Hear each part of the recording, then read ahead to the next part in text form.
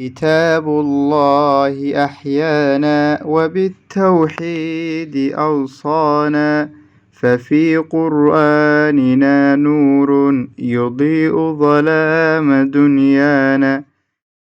الحمد لله رب العالمين، والصلاة والسلام على نبينا محمد وعلى آله وأصحابه ومن تبعهم بإحسان إلى يوم الدين. وعشركii 46 qaybtii labaad ee barnaamijkeenii barbaarinta ubadka. waxaaynu markaa ku jirnaa siyaabaha markaa loo dhiso ubadka cibaadada marka ay ugu horeyso qaybta salaada. qaybtii baynu markaa insha allahu tacaala sii wadi doonaa. waxyaabaha markaa nabigu uu samayn jiray ayaynu ku guda jirnay ee ubadka qaabka uu salaada markaa ama cibaadada uu bari jiray. waxaa ka mid ahaa inuu markaa baro oo ku tababaro ayna markaa bartaan oo xifdiyaan aadaanka markaa. yani aadaanka inay bartaan ayaa ka mid ah waxyaaba markaa nabigu ubadka uu bari jiray. saxaabigii markaa caanka ahaa isla markaana aadaanka caanka ku ahaa Abu Maxduura la oran jiray ayaa xilligii markaa isaga oo yar ayaa nabigu calayhi salaatu wasalaam safarkii markaa dagaalkii Xunayn markaa ayuu ka soo laabtay sanadkii shanaad ayuu markaa isagoo magaalada ku soo socda markaa Makka ayaa isaga Abu Maxduura oo isagoo dhalinyaro ah iyagoo markaa ilaa 10 meelahaas dhalinyaro ah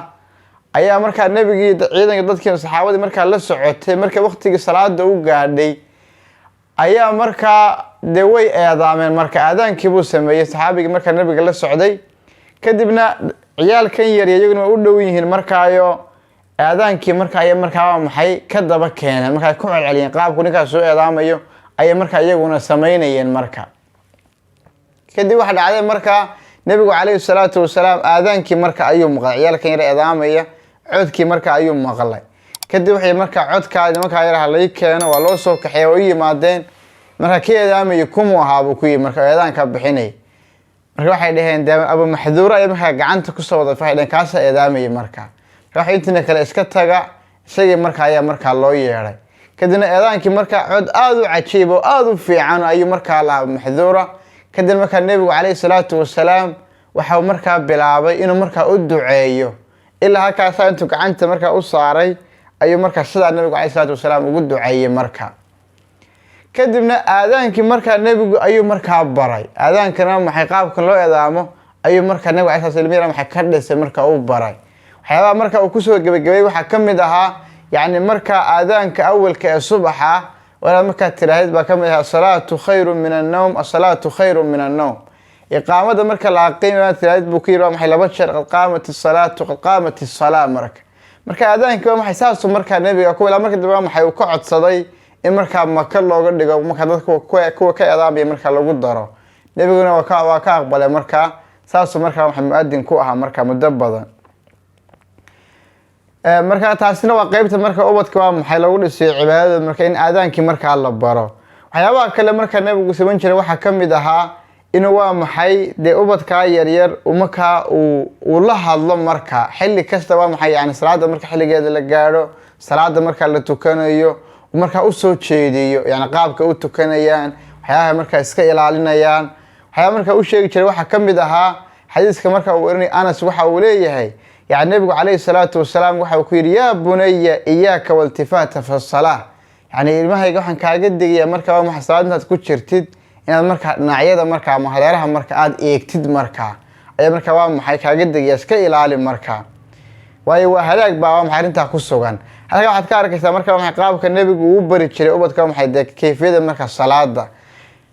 النبي مركا كدبنا خلافة مركا الصحابة كدب بيشنا ubadkooda saas markaa waxay ku barbaarin jireen markaa ku korin jireen markaa waxa markaa garanaysa markaa xadiiskii markaa dheeraad ku saabsan markaa weesada ee welinay markaa Xuseen bin Ali yani waxa uu lahaa aabaha Ali bin Abi Talib wuxuu markaa ay baray qaabka markaa loo weesaysto markaa qaabkii markaa xadiiskii markaa dheeraad weesada ku saabsana ayuu markaa aabiga waxay si toos markaa waxay ugu arkay markaa maxay ayuu markaa u baray. marka haday